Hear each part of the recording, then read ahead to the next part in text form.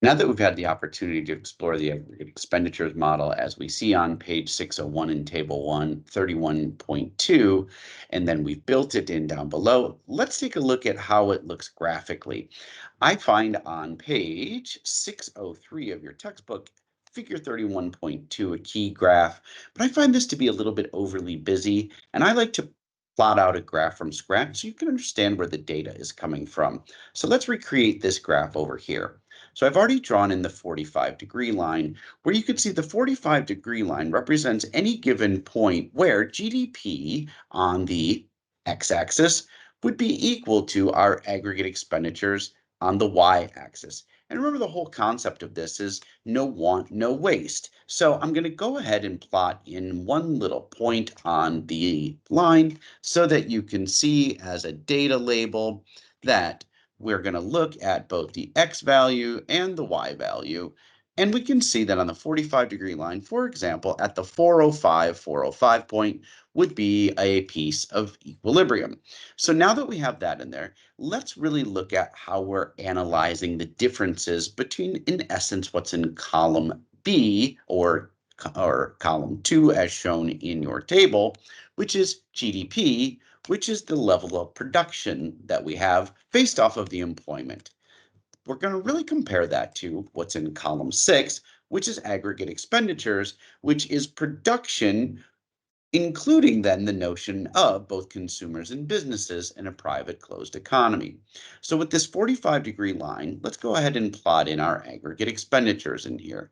So under chart design, we're going to select some new data. We're going to add some data in here, and we're going to call that data aggregate expenditures equal to consumption plus investment spending.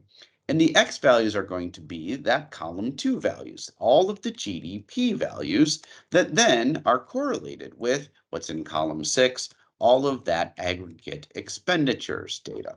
So we're going to click OK and bring it in and take a look at it on the line, which I missed on the data. So let's go ahead and just grab it one more time again. See how I only grabbed one row or one column by mistake. That's not what we meant to do. So let's go ahead and make sure it's on there. Okay, it is. See, the aggregate expenditures now is sitting in the orange line. So when we looked at the data up above, for example, at that point way down below, if we add a data label on there and we go ahead and ask it to plot both the X and the Y value for us, and we've done that for all of them, let's go ahead and just analyze a few of them separately like we did up above. So we were looking at, for example, when GDP was 370 and aggregate expenditures was at 395.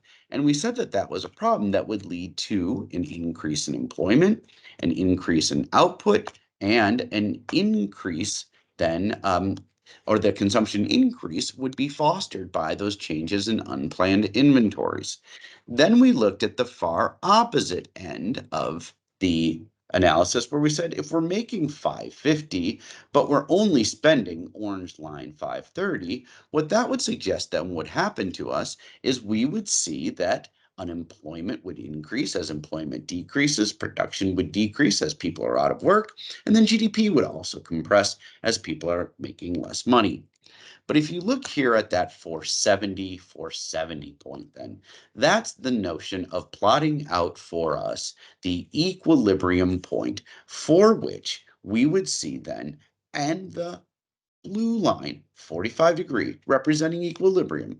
Notice the orange line is also crossing that 470 blue line equilibrium point because the amount of our production, GDP, here on the x-axis, is equal to the amount of total consumption done by consumers added in then the total investment made by businesses, and then that infers that that 470 point would be an equilibrium at which we would achieve no want and no waste, and therefore we would be in a content economic position and not have need to put in place any significant policies to try to steer the economy in an alternate direction.